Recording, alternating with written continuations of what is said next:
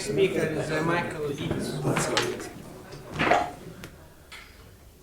And the subject of this talk you can see on the screen. So Thank you very much. The main word in the title of the talk is the word finding, the first one. And it probably can be used as an excuse for not telling anything new today.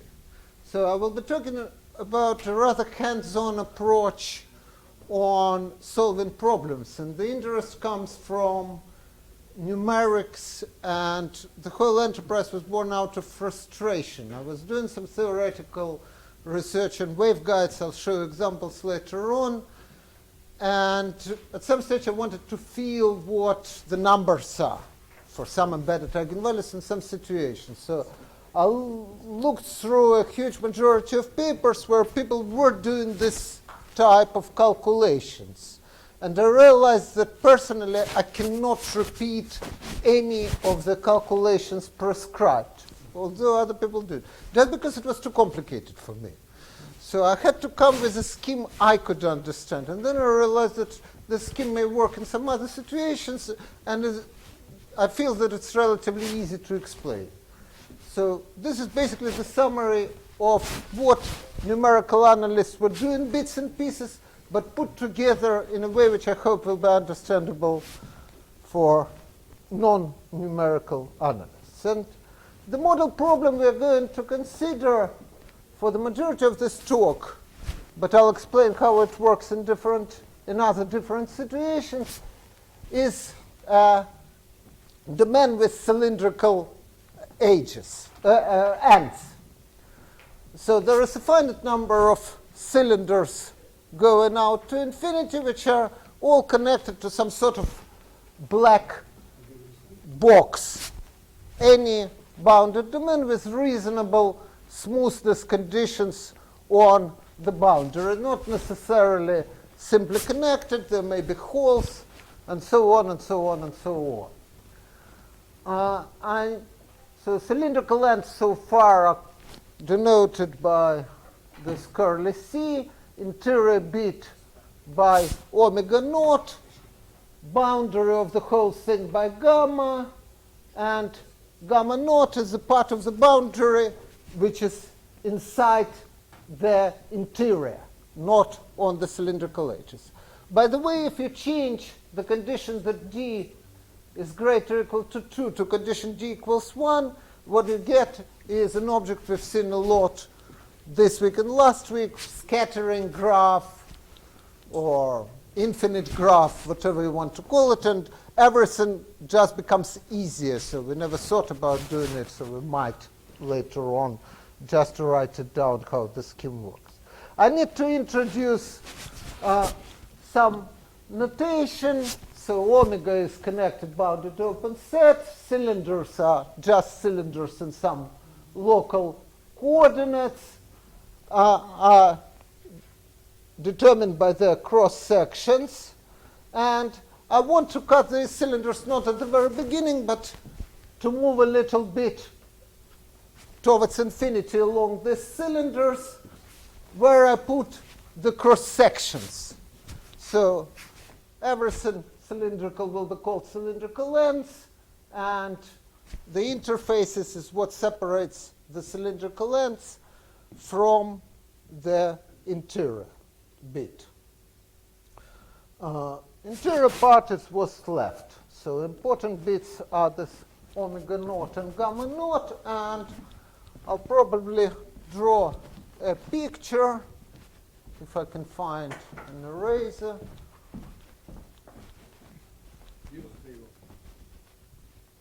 Someone nicked it, so I'll do a small one. You can assume from now on that you have one cylindrical end. This is gamma naught. This is omega naught. There may be some obstacle inside. This is gamma, and this is a cylinder. So I'll keep the picture. So the basic problem which we are considering is just the spectral problem for the Laplacian. subject to some rather general boundary conditions, mixture of Dirichlet and Neumann with natural conditions on the coefficients. As I said, I assume sufficient smoothness, say cone condition, for the problem P to be self-adjoint. And important condition here that at infinity I assume that my boundary conditions are constant.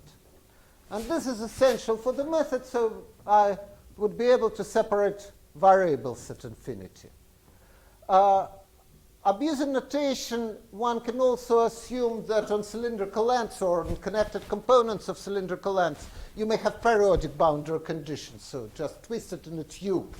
It doesn't fit in the general scheme as it's written, but it's exactly the same and nothing changes, and the method works in this case. I have a question.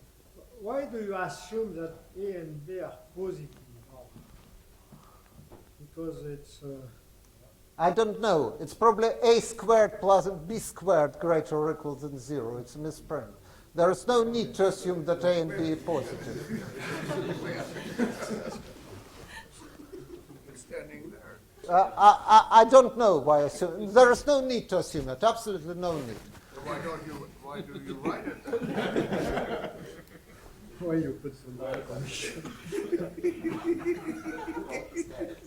it? So, and my main question is how to compute the eigenvalues of the problem.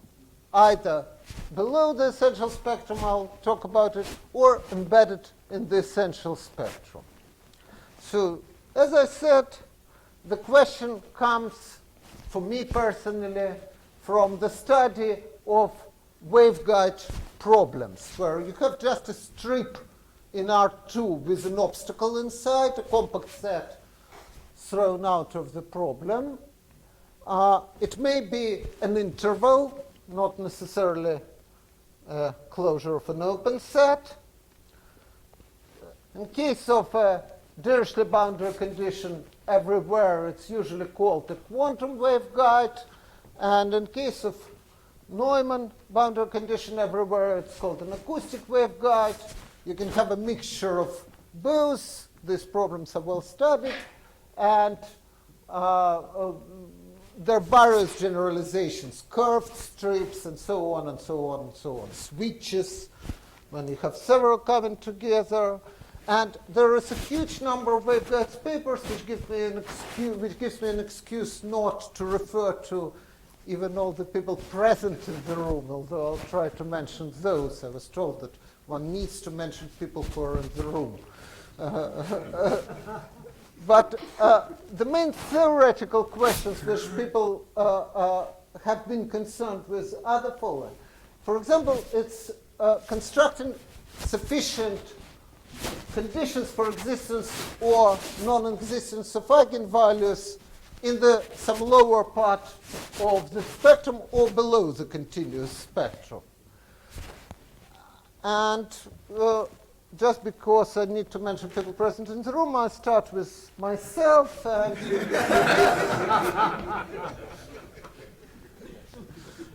well, part of the job done. And an example of the result like that is the following. So suppose you just have a strip with an obstacle, strip going along the x-coordinate in R2, and if the obstacle, Neumann conditions everywhere, so no eigenvalues below continuous spectrum, but there may be embedded eigenvalues. And simple result like that, that if obstacle is symmetric with respect to the horizontal axis, then there is necessarily an eigenvalue embedded into a continuous spectrum. So, and there is a huge, it's a simple result, but apparently it was new when it was done first. And there are a lot of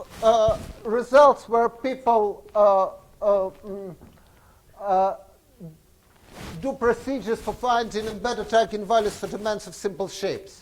For example, obstacle is a rectangle or a circle or a combination of those by doing complicated special functions, expansions, and matching them. And also there is a large number of asymptotic results. You take a lone obstacle and you see how many eigenvalues you get if you elongate it. And there are also results on the counting functions, which may include discrete spectrum and continuous spectrum at the same time.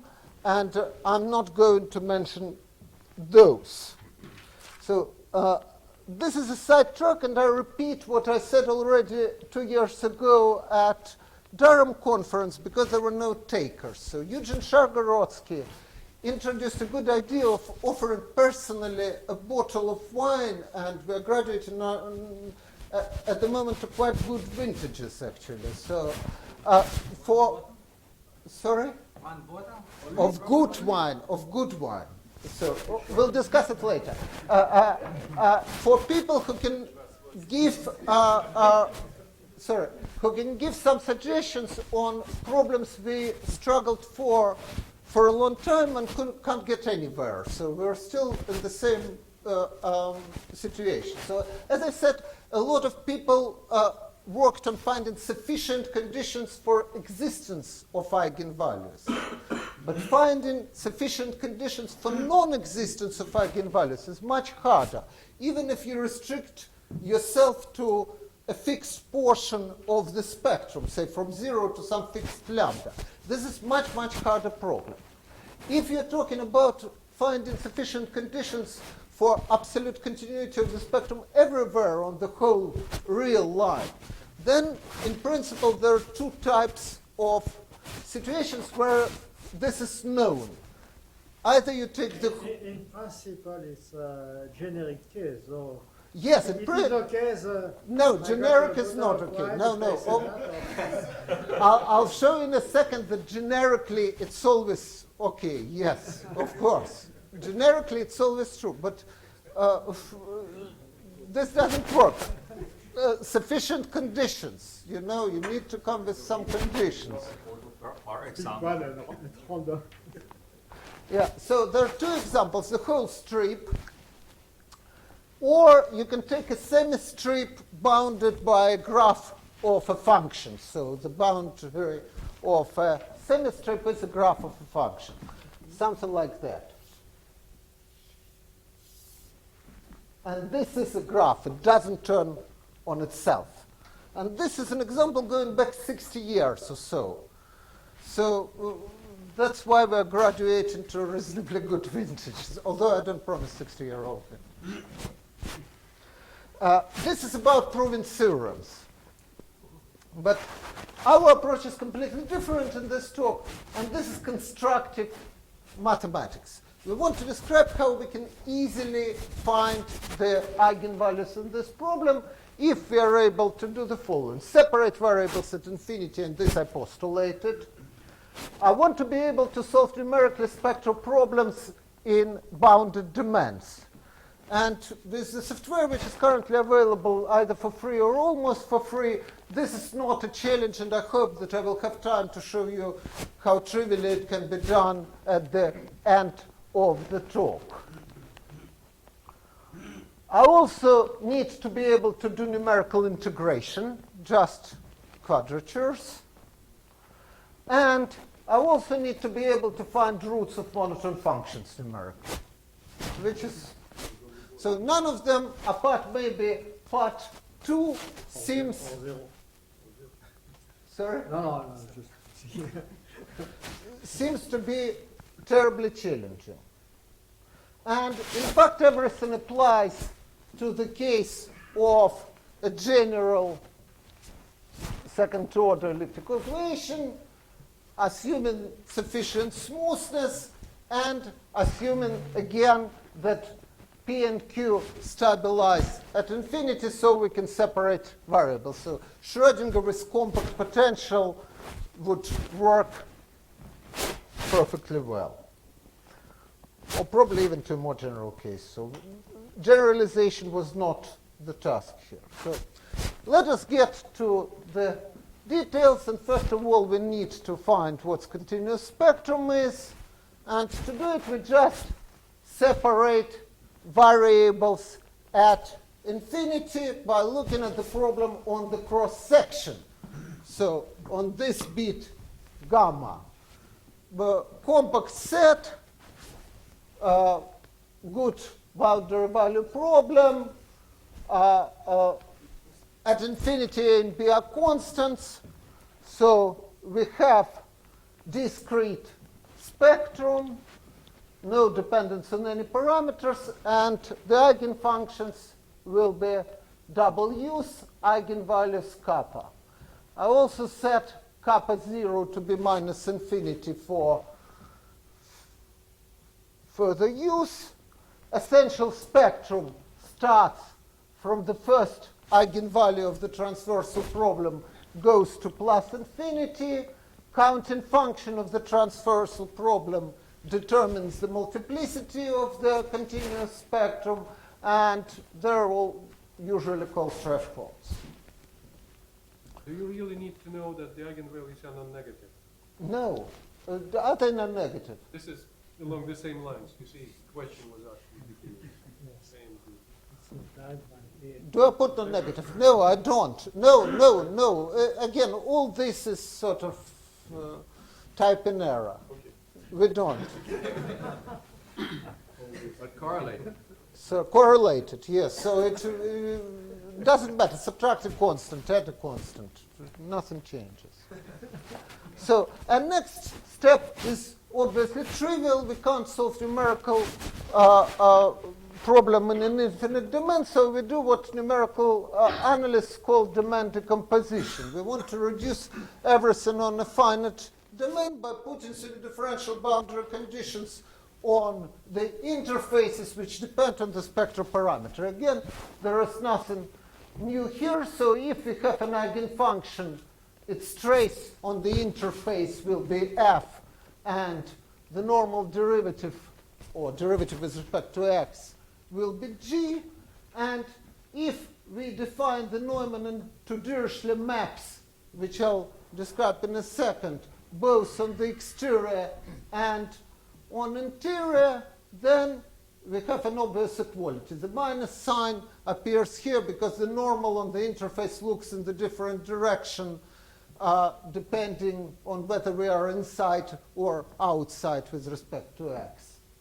And we rewrite this problem by introducing an additional spectral parameter sigma and writing it as an operator pencil. So Pierre Duclos mentioned yesterday that Russians like the pencils. So this is a pencil, and a necessary condition, which I immediately obtain, is that lambda can be an eigenvalue of my original problem P only if sigma equals minus 1 is an eigenvalue of the following pencil, which means that there is a solution G in h minus 1/2 satisfying 5. Oh, sorry, I lose the thread. You have indices C and C, O, 0. yes, So C, which operator C is on the left and on the right?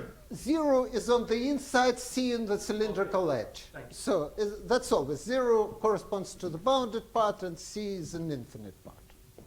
Okay. So and I'll just for younger people I'll describe Neumann to Dirichlet operators, so Dirichlet to Neumann operators, because I like them. So, they're a useful tool in many things, and they possess some nice properties. And I'll just, for simplicity, I consider just an arbitrary bounded domain with a smooth boundary, and I describe the Dirichlet to Neumann operators on the whole boundary rather than on the part boundary which I have here. So suppose we have a solution given a Neumann derivative. We define the Neumann to Dirichlet operator, which maps this Neumann derivative in the trace on the boundary of the solution. So formally it can be defined for lambda not belonging to the spectrum of the Neumann Laplacian, on the domain. And there are various nice properties. It's a self-adjoint operator. It maps Sobolev space into Sobolev space of index +1 on a Sobolev scale if everything is sufficiently smooth. Pseudo-differential operator of order 1, the principal symbol is xi to the power modulus xi to the power -1. So there is a nice quadratic form for this operator. So if we define the form as R, And yes, there must be some mistake because if it's of order 1, it's of order minus lower one. than Minus one. It's Dirichlet-Neumann, -1, sorry. There is a nice quadratic form which is defined in terms of this V, the corresponding solution, includes lambda. And this actually allows you to forget about traces on the boundary, and there is recent very abstract scheme of Safarov, I'm not sure whether it has been published or not yet, which allows one to treat the Neumann to Dirichlet operator as not an operator on the boundary, but as via the forms as an operator acting on functions inside the domain, and therefore forget all the smoothness conditions. It's a very abstract scheme. It also allows one to bypass the condition that lambda does not belong to the spectrum of the corresponding Neumann problem. So an easy calculation is to show that this form is monotone increasing in lambda for a given g. So fix g, vary lambda, and the form is monotone increasing in lambda on any interval which does not contain the points of the spectrum of the homogeneous Neumann problem. And eigenvalues of the Neumann to Dirichlet operator cross from -0 to +0 at the points of the Dirichlet, of the spectrum of the Dirichlet Laplacian, and jump +∞ to -∞ in the points of the spectrum of Neumann Laplacian. It's a bit schematic. You need more precise conditions on that, but there is really a large number of references of that. Probably the nicest is in Friedlander's paper on 1991, but again, there is some recent work by Agranovich on non-smooth case, and Safarov on a general equivalence of these operators in an abstract scheme. One can also relate it to the counting function. So the dimension of the space of the negative eigenvalues of the Neumann to Dirichlet operator is exactly the difference of the counting functions of the Neumann Laplacian and Dirichlet Laplacian, which again was used by Friedlander to prove the relations between Neumann eigenvalues and Dirichlet eigenvalues on a bounded set just by constructing test functions. And again, it was simplified in particular by Filonov recently. Okay, so this is again sidetrack. So remember that we are solving this problem for the pencil, and we want to find when sigma is -1 as an eigenvalue of the pencil. So how do we construct Dirichlet to Neumann or Neumann to Dirichlet maps? It's again misprint. I need Neumann to Dirichlet, but it's just the inverse. How do we construct them in real life? We know a lot of properties. And on cylindrical ends, it can be done by just separation of variables. You separate the variables, you solve the problem up to infinity, you take the trace back on the boundary, it gives you the expression for the operator. I'll show it a bit later. But the central domain is where the difficulty is. So what do you need to do in general? It is lambda dependent. So you need to choose some reasonable basis on your gamma. For every lambda, solve a large number of non-homogeneous boundary value problems. take the trace back on gamma, integrate against this basis, and this is generally how it's done in numerical analysis. And this is where I gave up trying to do it this way, because for me it was just too complicated, it took too much time, and there was too much numerical accountancy. It's difficult. Okay, unless you do it well, so okay, which I could. So this is basically the principal point of the talk. It's a suggestion to how to make it, how one can make it easy to calculate Neumann-to operator on interior domain. And for that I need my mixed problem just on the interior, now on the compact set, where on the interfaces I put Neumann boundary conditions, homogeneous Neumann boundary conditions. And I denote the eigenfunctions of this U's and eigenvalues of this are mu's. So, and the only trick is to construct the Neumann-to operator on the inside. You expand in Neumann eigenfunctions inside the domain and in some chosen basis on the interface, and it's really done by a couple of absolutely trivial integration by parts. So the formula is here. What we need to do, we need to compute this actions matrix element. We take some basis function phi k, apply Neumann-to operator, and expand again, multiply by phi I. So by the formula for the quadratic form and corresponding Susquelinear form, which I didn't write down, this can be reduced to the integrals inside now our omega naught, where capital phi's are just the solutions of non-homogeneous problem with small phi's as Neumann data.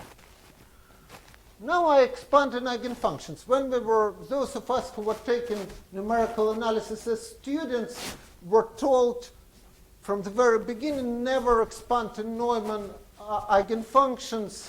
Convergence is very bad. They form a basis in H1, so there is no problem with it.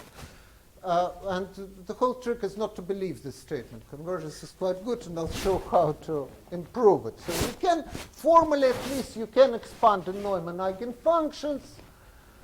You do some integration by parts and rearrange the terms, and you finish up with this simple formula. What comes in here? This is the pole term. Neumann eigenfunctions minus lambda. And these are just boundary integrals. You take the traces of your Neumann eigenfunctions on the boundary, on the interface, on this gamma, and integrate them against your basis functions.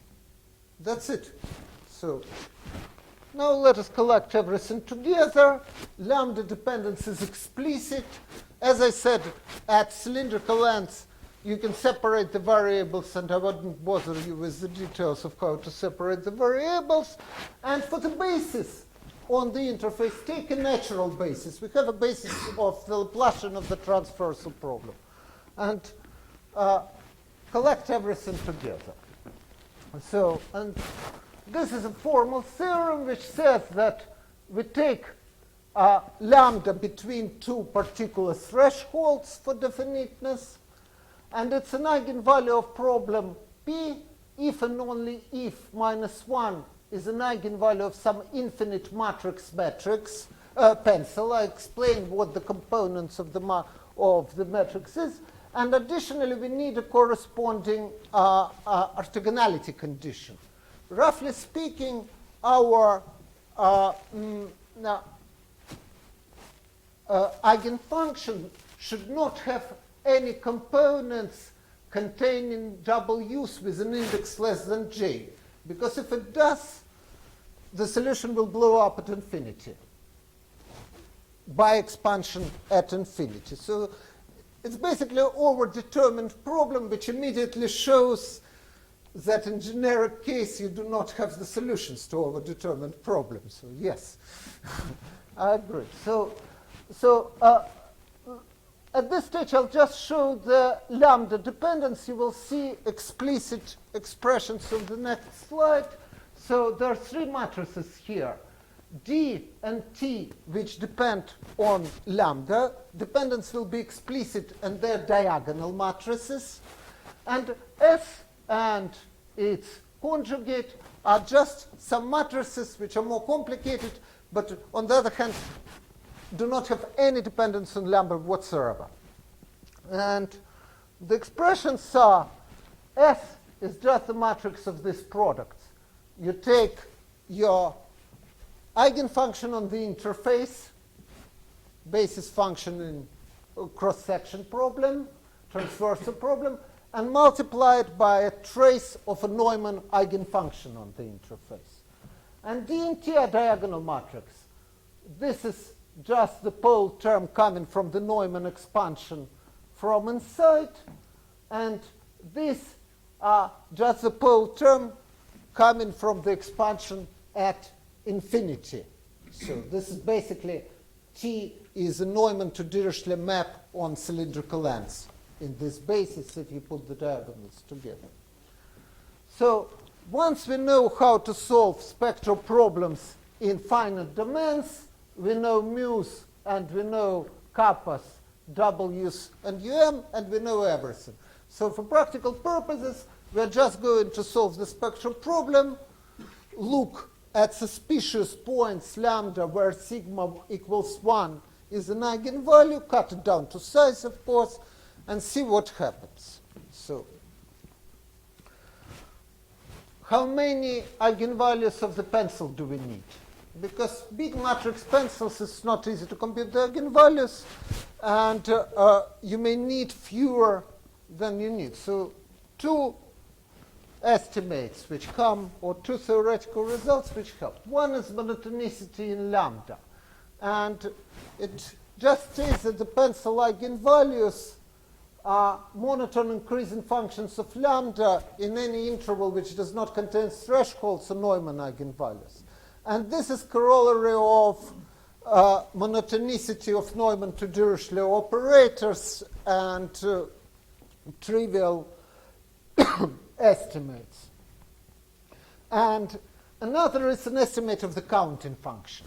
What is the biggest number of eigenvalues we can have in any given interval of the real axis? Basically, again, following the relation between the counting functions and the number of negative eigenvalues of the Neumann to Dirichlet operator, or which is the same by using bracketing, by cutting off. You just take the Neumann counting function on the right-hand side of interval, subtract the Dirichlet counting function of the left-hand side of the interval, and add potentially the number of thresholds you can have at this interval, because it changes everything from one problem to another. This is a very rough estimate. It's really, really rough. It can be made much, much better if instead of considering purely Neumann problem or purely Dirichlet problem, you consider a problem with mixed boundary conditions, ddn plus some alpha u, where alpha is chosen appropriately. The price to pay is that you have to solve another spectral problem and to do another counting. It can be also dramatically improved if you can compute actually the number of negative eigenvalues of a pencil at one particular point numerically by using some other method. So for doing it properly. And then you can improve this estimate. It's not asymptotic, of course. It just, so you can also improve the convergence dramatically. So we have this pole terms which were afforded 1 and created various troubles. So if you can bother at some point lambda naught to compute all of those matrix terms just by doing proper solution of non-homogeneous problem and integrating, then you can just use standard resolvent expansion and improve the convergence for quadratic. So again, you pay a price of solving some boundary value problems, more of boundary value problems than before, and so on and so on and so on.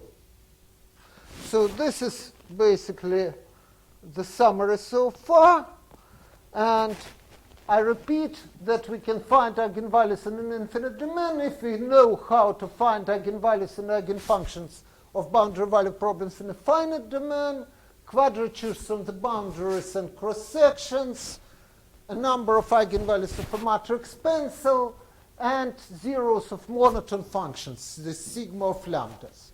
And again, I'll show at the end that all this is durable. So, but then the next natural questions arise.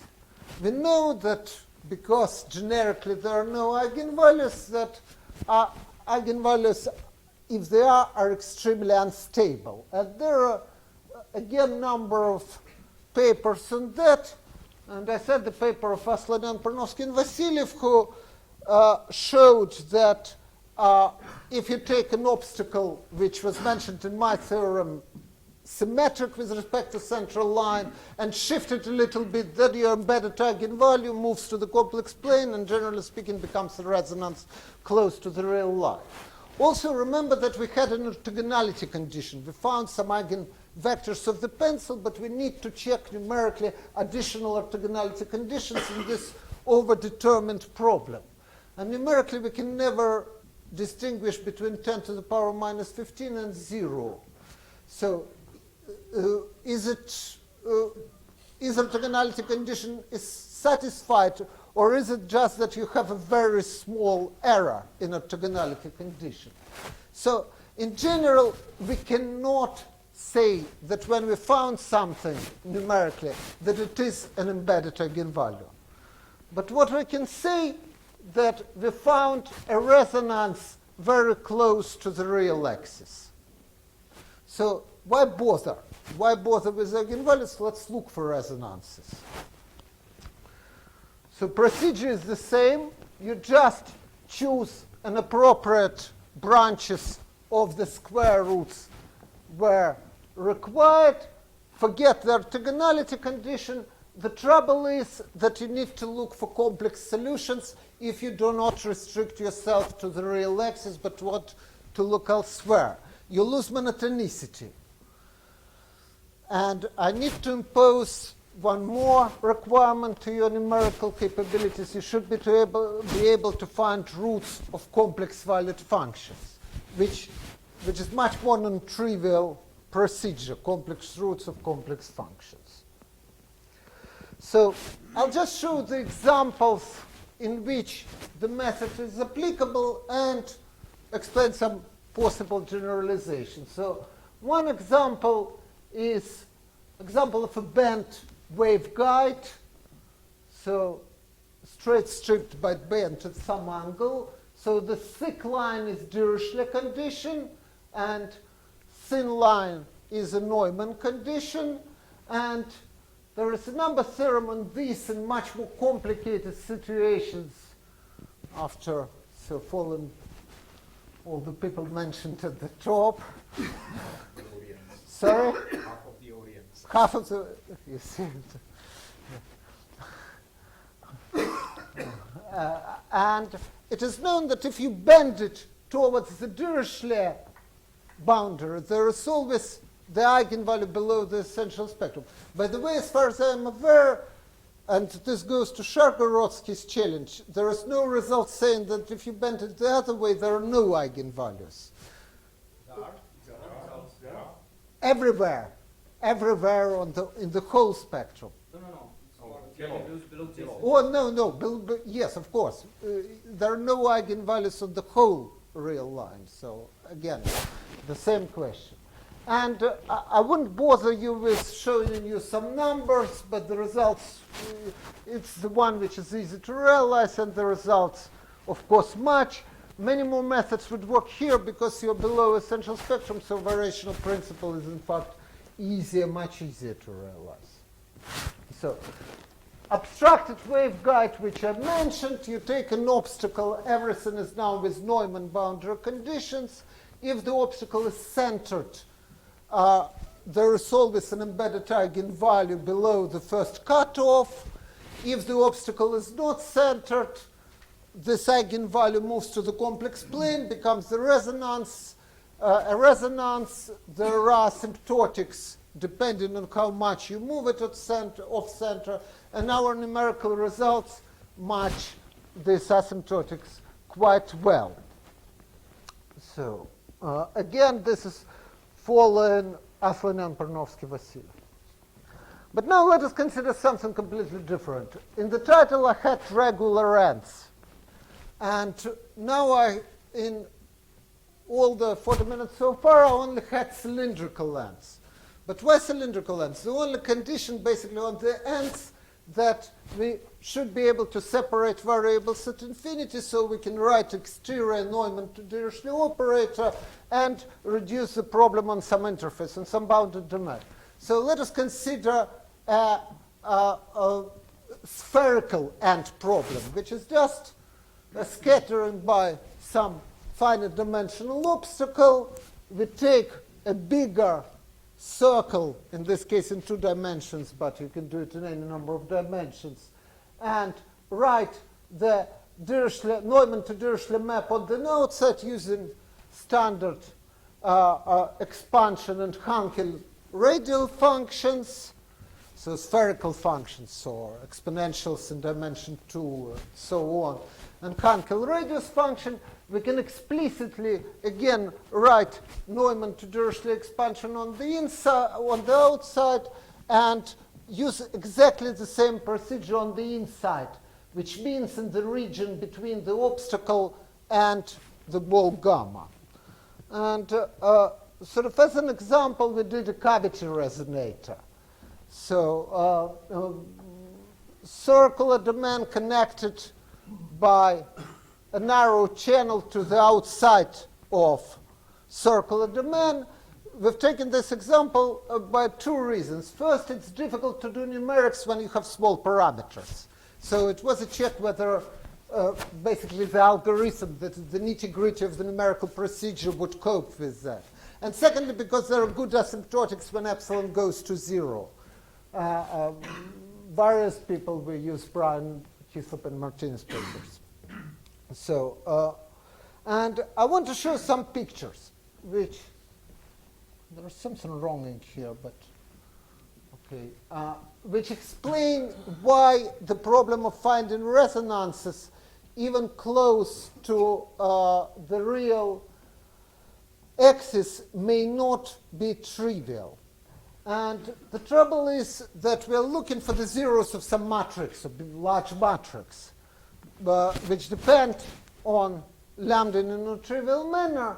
And the trouble is that whatever method you use, it's hard to distinguish, and it's again well known, between zeros and poles which are close to the zeros. If you use contour integration, they may cancel each other, and it's difficult to find it. So this is actually a zero which we're looking for. This is the resonance.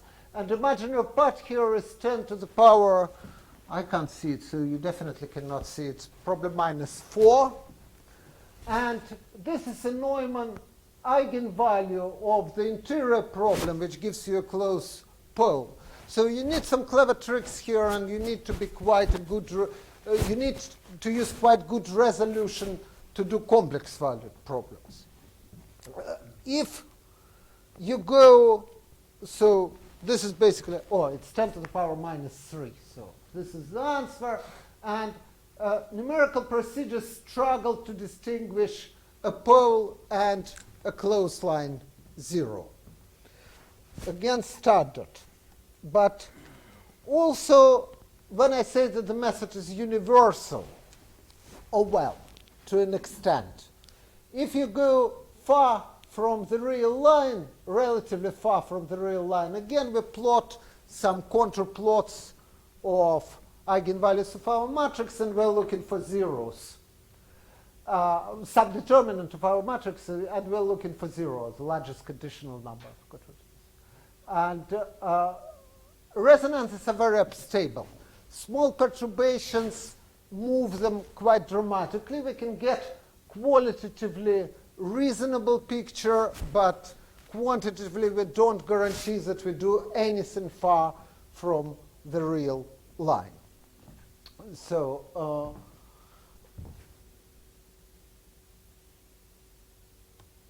And the last example, which does not generally fit into the scheme, but basically the same, is scattering by Gaussian, say, potential.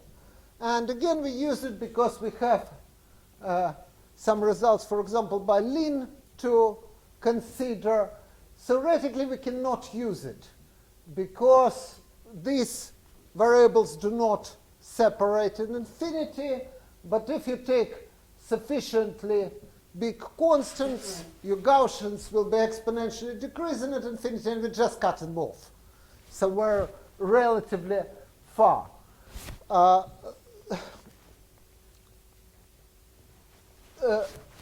It is not a trivial approach. So the various numerical methods of doing it, in particular complex scaling, which is not free from its own troubles. There may be some spurious solutions, and you need to do some extra work to separate spurious solutions from the real solutions. I'm not saying that our method is better. Our method is definitely easier just to realize and use. Qualitatively, the picture seems to confer to previous numerical results. Quantitatively, well, it depends what you believe. So there is an agreement for some values of parameters. So we're pretty confident that at least as a first approximation, this method may be working, and then you need to do something more advanced to do it properly if you want higher resolution. So there is a preprint on arXiv and on our respective web pages which explains the nitty-gritty. There are also some programs. And the programs are written in such a way that we encourage people who do not know anything about numerical analysis to try them, just to see whether they will be any useful. If people know numerical analysis, they probably can do better themselves. So, but if you don't know numerical analysis, try to see what it gives in your problem, and let us know if it doesn't work in some cases. This is what we're more interested in. And to convince you that it's relatively easy, let me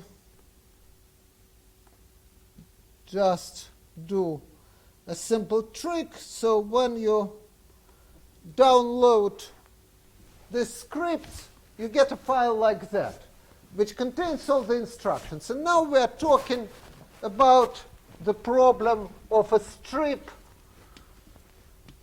with an obstacle inside the strip. Basically, you need just to change several numbers according to the instructions and press run button. So what we are taking here, obstacle is elliptic, one elliptic obstacle.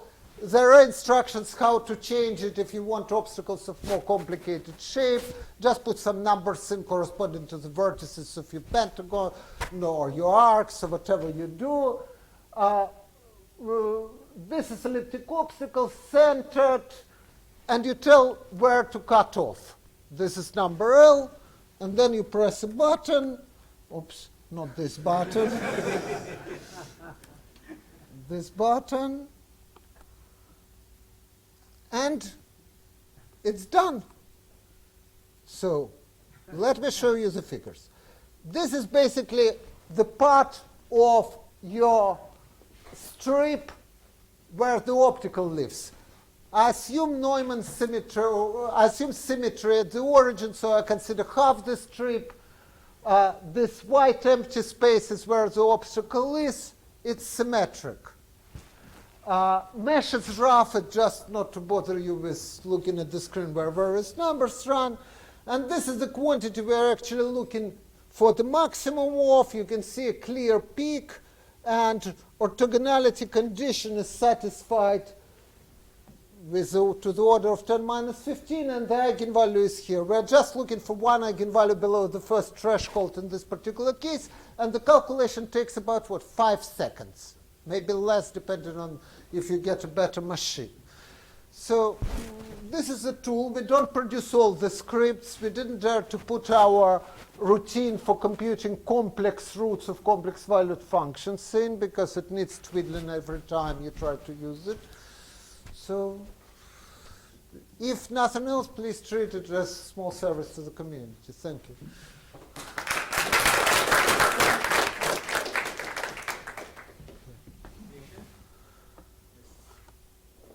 Can your method be extended to non-self-adjoint problems? As long as you can separate variables, resonances is non-self-adjoint problems. Yes, as long as the following condition is satisfied. You separate variables at infinity. Or you have some other numerical procedure which constructs Dirichlet-Neumann at infinity. Neumann-Dirichlet operator at infinity. After that, everything is exactly the same. Convergence, if you're looking for eigenvalues far from the real axis, my prediction is that the convergence will be bad and you'll need a lot to do to sort it out. One example where you can use the same procedure, but you need some other tricks to compute Neumann-Dirichlet at infinity, is a periodic waveguide with a perturbation, compact perturbation. And there is a nice paper of Patrick Joly which appeared about 2 weeks ago or a month ago, which gives all the details, and it's very nice analysis along very much similar lines. Yes. It's a problem which is related. I remember maybe 20 years ago, people were interested in Riemann surfaces with constant negative curvature Yes. of finite area. And in this case, I guess it's not known if there are no embedded eigenvalues in the generic case. There are some cases where there are, for example, if you take the group SL2Z or things like that. But this problem is probably a problem which will give you several bottles of wine. Yes, it is harder. Can you also, with your methods, analyze spaces where you have conical singularities? For conical singularities, there are no embedded eigenvalues as far as I remember. So we started from embedded eigenvalues, so we didn't look at the conical singularities. If you want to look for resonances, yes, exactly the same, separate variables at infinity and far ahead. So it's an easy modification. No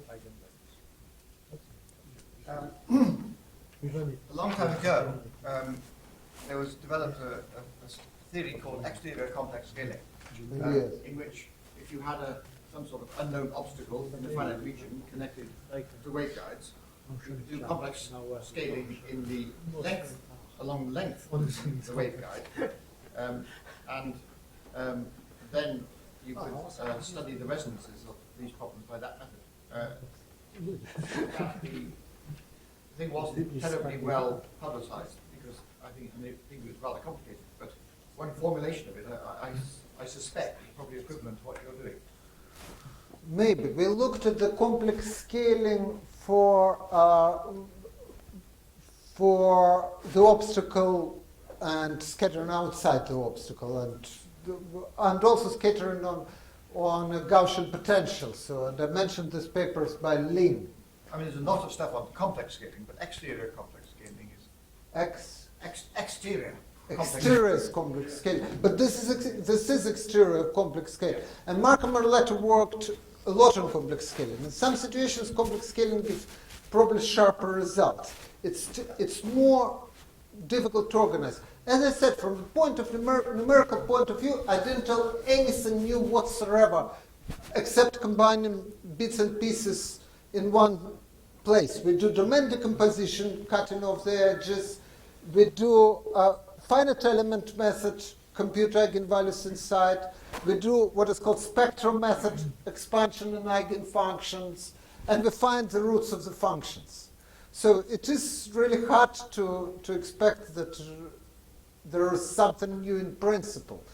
The only claim is that there is a consistent way of doing it. Writing Dirichlet-Neumann operators and Neumann-Dirichlet operators to get rid of infinite ends is bog standard procedure if you deal with numerical demands. And again, if you look on Google demand decomposition, you'll probably get, I'm afraid to say how many papers. And I didn't quote, again, very good numerical people who work on Neumann-Dirichlet operator in details. For example, there is a good group in Technion, I believe. It's just that it's too difficult for non-specialists to realize. I repeat the joke I made yesterday. First of all, you need money for a 3-year PhD position to try to do it. This is easier.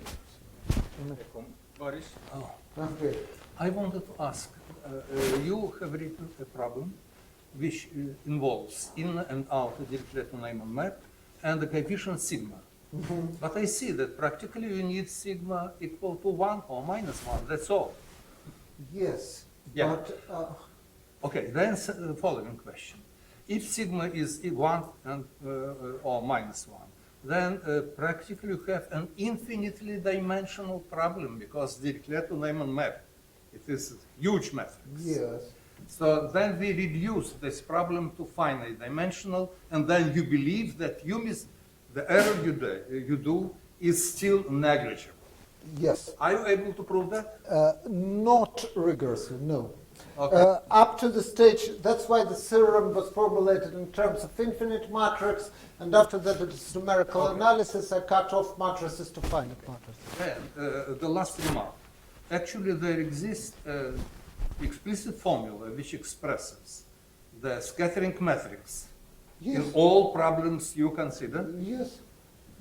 You know these formulas? No, Which but you don't I know. believe that they exist. Okay, I will give you that. Yes. So Then you don't need scaling, I don't use Complex scaling. scaling. I don't use complex scaling. but you don't need it. Yes, I'm not saying I need it. Brian said that I need it. I don't. I never use the word. No, what I said is that there's another method of doing it, but I was asking whether they were equivalent. Just a comment. Not in the example we looked at. Yes. Yes. Just a brief comment on Brian's question. I think that the exterior complex scaling in waveguides was done in Max Planck in Dresden. I forgot the names, but it's a couple of years ago. There are numerical papers who do exactly what you ask about. Yeah, yeah. I mean, the method was invented in the late 70s. Yes. But then That's true, but the application to waveguides was much later. There is a huge literature on the subject. I really believe that I might have missed quite a few of them just because it's huge literature, especially if you look at more applied papers. And More questions? Let us thank the speaker.